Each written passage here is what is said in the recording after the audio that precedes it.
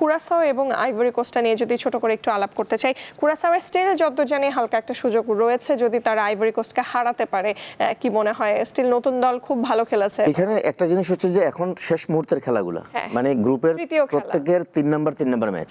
So প্রত্যেকটা group থেকে actually প্রত্যেকের কোয়ালিফাই করারও কিন্তু একটা অনেক হিসাব নিকাশ রয়েছে। ইভেন যেটা বাবু বললেন যে জার্মানি ডেফিনেটলি চাইবে যে টপ টেবিল টপার হওয়ার জন্য, কারণ সে তাহলে একটা কম্পারেটিভলি উইকার দলকে পাবে। সো এখানে কোনো রকম ঝুঁকি কেউ নিতে চাইবে না। এবং কোরাসাওর কথা যেটা বললেন, আইভরি কোস্ট ফার্স্ট ম্যাচে ইকুয়েডরকে হারিয়েছিল, আমার দিয়াল্লো নেমে অ্যাকচুয়ালি গোল করেছিল লাস্ট মুহূর্তের গোলে। সো সে চাইবেই কোরাসাওর সঙ্গে জিতে অ্যাকচুয়ালি তার পজিশনটাকে ঠিক রাখা। কারণ আর কোরাসাওর কথা যদি বলি, they played very well with due respect to them, কিন্তু আইভরি কোস্টের প্লেয়ারদের যে কোয়ালিটি রয়েছে, সো আমার ধারণা যে আইভরি কোস্টেরই জিতা উচিত এই ম্যাচটা, যদি এখানে কোনো রকম অঘটন না ঘটে অ্যাকচুয়ালি।